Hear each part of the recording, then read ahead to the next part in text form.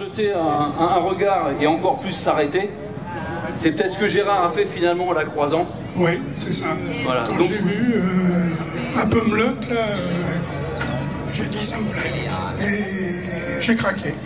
Voilà, donc t'es un amoureux des voitures, oui. Hein, tu craques. Mais je la connaissais pas du tout. Je l'ai vue, j'ai même pas essayé, j'ai dit je la prends. Voilà, donc c'est ce qu'on s'est dit tout à l'heure. Ouais. En fait, Gérard, amoureux des voitures, il a vu la voiture, il dit j'en ai jamais vu une comme ça, pourquoi tu l'as achetée? Parce que j'en ai jamais vu une comme ça. Voilà. Donc, c'est l'occasion de nous la présenter, même si au niveau, ça fait peu de temps que tu l'as. Ouais, ça doit faire, je sais pas, 2 ans. Ah, quand même. 2 ans et demi, 2 ou 3, je sais pas trop. D'accord, donc tu viens de temps en temps aux étangs le dimanche avec, c'est déjà arrivé. Ouais. Donc c'est l'occasion aujourd'hui de la présenter. Donc c'est un mi-chemin entre une moto, on va dire, et une voiture, oui, un KTM. C'est un constructeur de moto, mais c'est quand même une petite barquette, quoi, c'est une voiture. Et c'est vrai que c'est un peu les sensations de la moto. C'est très nerveux, c'est puissant. Et ça tient bien la route. Ça tient bien la route. Alors pour ceux qui étaient présents à l'arrivée de Gérard ce matin, vous aurez noté que il faut 2 casques. Au même titre que les motos, il n'y a pas de pare-brise. Oui, mais c'est pas obligatoire. C'est pas obligatoire au niveau réglementation. Non, on peut rouler sans casque, mais là, faire attention aux moustiques et aux mouches. Voilà. Faut pas ouvrir la bouche. C'est pas un casque moto, c'est un petit casque ordinaire, mais c'est surtout la visière qui m'intéresse. Voilà. Pour éviter tous les gravillons, moustiques, objets volants non identifiés. Donc c'est une voiture qui a un aspect assez efficace, alors je ne sais pas si le terme est correct, mais tout est fait pour la vitesse et la tenue de route et la performance. Ça, oui. Et ils ont changé la carrosserie maintenant, ils la font toute carrossée et avec un pare-brise et des côtés aussi, et un toit. D'accord. Là c'est les premiers modèles. Elle est de 2009. 2009, c'est les toutes premières. Et c'est une voiture qui a été entièrement préparée en usine.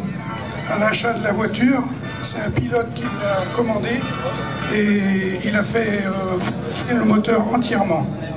Donc d'origine, elles sortent entre 240 chevaux jusqu'à, il y a 5 modèles différents, 240 jusqu'à 300 chevaux. Et ça c'est le modèle 300 chevaux, mais qui a été repréparé entièrement. J'ai les factures et tout, et elle fait 380 chevaux. Et tu peux rappeler le poids, donc 380 chevaux. Elle fait 700 kilos. Pour 700 kilos. D'origine, elle fait 780 kilos, et elle a été allégée. Donc vous pouvez visualiser tous les différents organes aérodynamiques, donc essentiellement en carbone. Voilà, tout est en carbone, à 100%. Et la couleur est modifiée aussi, parce qu'autrement les autres, elles sont orange, couleur KTM. Et ça, c'est le pilote qui l'a voulu blanc et noir. Donc c'est la seule qui est comme ça. Au niveau mécanique, donc forcément le moteur est en position centrale arrière. Centrale arrière, oui. C'est un moteur Audi, le 4 cylindres de 2 litres de cylindrée. Il y a du turbo, je suppose. Il y a 2 turbos dessus, oui. Ouais, ça siffle, c'est les turbos. C'est même désagréable. C'est énorme le bruit des turbos. Le bruit en sifflement. Est-ce qu'en termes d'usage, aujourd'hui tu t'en sers à quel usage? Un peu promenade, même si c'est un peu extrême comme position de conduite, ou un peu de circuit, un peu de non, que de la promenade. Le circuit, le problème que j'ai, c'est que je ne suis pas pilote, et il faut vraiment la piloter. Et sur circuit, bon, c'est des voitures assez fragiles. Si on accroche et tout avec une voiture en carbone, ça coûte cher. Donc j'ai fait du circuit avec, mais en passager avec un pilote, avec un bon pilote, et j'ai eu peur, et énormément. J'ai cru qu'on n'y arriverait jamais. Et ça passe, impeccable. Donc mais sur le circuit, personne ne nous a doublé. Non. On a doublé tout le monde. Ah ouais, mais c'était un bon pilote. Alors souvent vous avez l'occasion, alors on a un petit circuit qui est assez sympathique à proximité, il y a l'Oyac assez proche. Et vous avez également un fait de Bretagne, un peu plus loin au nord de Nantes. C'est à l'Oyac. Et voilà, si vous avez un jour l'occasion, même pas en tant que conducteur, de venir en passager sur ce type de véhicule-là, il y a d'autres véhicules des fois qui sont présentés pour des baptêmes comme c'est là à Charcot comme chaque année. Et c'est l'occasion vraiment de voir les sensations de conduite, même sans être pilote. Déjà en passager, on voit un peu les performances d'accélération et de freinage. C'est un circuit qui va bien pour des petites voitures comme ça.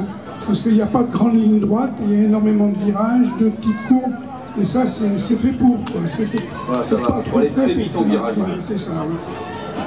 C'est une petite voiture marrante, quoi. Oui, ouais. Bah, oui, on peut difficilement faire mieux. Ouais. En termes de... Alors, si tu la prends au quotidien, pas au quotidien, tu vas pas travailler tous les jours avec, ouais. Mais quand tu sors comme ça, en termes de bagagerie et tout, il n'y a rien, c'est au pied, en fait, pour les passagers. Il n'y a pas de place, il n'y a pas de... Il n'y a rien, pas de coffre, rien. Un petit sac pour mettre les papiers, c'est tout. Ouais. Un petit sac côté dans le compartiment, côté passager. Comment? Pour mettre le petit sac. Non, il se colle, il est sur les côtés avec des bandes de scratch. D'accord, petit scan de scratch. Ouais. Donc en fait, si on regarde un peu le compartiment, bon, le moteur, on le verra par au-delà de ça, il faut démonter tout l'ensemble. Il n'y a pas de capot qui s'ouvre, il faut tout démonter la coque. Il faut démonter la coque pour contrôler même le niveau d'huile. Même pour les contrôles de niveau, en fait, il faut démonter. Il faut tout démonter. Ouais, c'est assez vite fait. Hein. Oui, il y a quelques ancrages. Voilà, un jeu de PTR et c'est démonté, quoi. Voilà. Après, niveau position de conduite, ça va, on n'est pas trop allongé finalement. On est bien assis, mais alors par contre, c'est très raide. Ah ouais, le moindre gravier, on sent, c'est dur. Donc, mais bon, c'est un karting. Voilà, en position, c'est une voiture de course, le volant s'enlève pour rentrer plus facilement dans l'habitacle. Au niveau réglage, tu as des réglages quand même de disponibles? Oui, le réglage, le volant se règle en profondeur et en hauteur. Et le siège est fixe dans l'habitacle, c'est le pédalier qui est sur le rail. Comme le karting. Voilà, on peut l'avancer, même si on fait 2 mètres, on peut la conduire facilement. Il y a un grand débattement sur le balancier. D'accord, on arrive à trouver une position de conduite pour pas être trop grand peut-être non plus. Comment? Faut pas être trop grand, parce que certaines voitures comme ça, je pense au Lotus, entre autres, le gabarit, malgré tout, il y a une limite. Donc en termes de tableau de bord, au niveau complet, c'est un compteur de moto, KTM.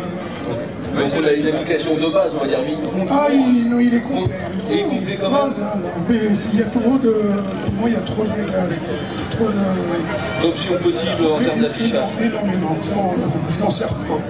Après, il y a le contour et puis la vitesse quand même sur route. C'est ça, qu'on a du mal à voir. Je rappelle quand même 480, hein, on est d'accord, c'est ça? Ouais. 480 chevaux. Non. 380, pardon. 700 kg, 380 chevaux, ça va, c'est pas mal. Donc j'en profite quand même pour les gens qui admireront la voiture qui tournera là-bas au parking tout à l'heure. Soyez très vigilants par rapport à tout ce qui est autour de la voiture. Les éléments en carbone, je pense essentiellement c'est pas au marchepied, hein, c'est des déflecteurs qui sont sur les côtés de la voiture. Alors il y a un petit logo qui dit pas marcher dessus. Évidemment, nous en tant qu'adultes, on va faire attention. Mais voilà, soyons vigilants sur les enfants parfois.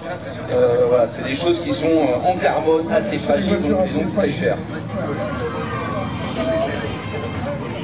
Donc au niveau des performances, alors est-ce que tu les connais un peu sur le papier? Non. Non. Là, c'est la performance plaisir. C'est très nerveux, c'est puissant. En vitesse de pointe, on ne sait pas trop. Il faut pouvoir la tenir, quoi. Quand on doit passer les 2,50 avec, ça doit être limite. Ouais, encore sur du sec, c'est des voitures pour rouler sur le sec, de toute façon, comme des propulsions.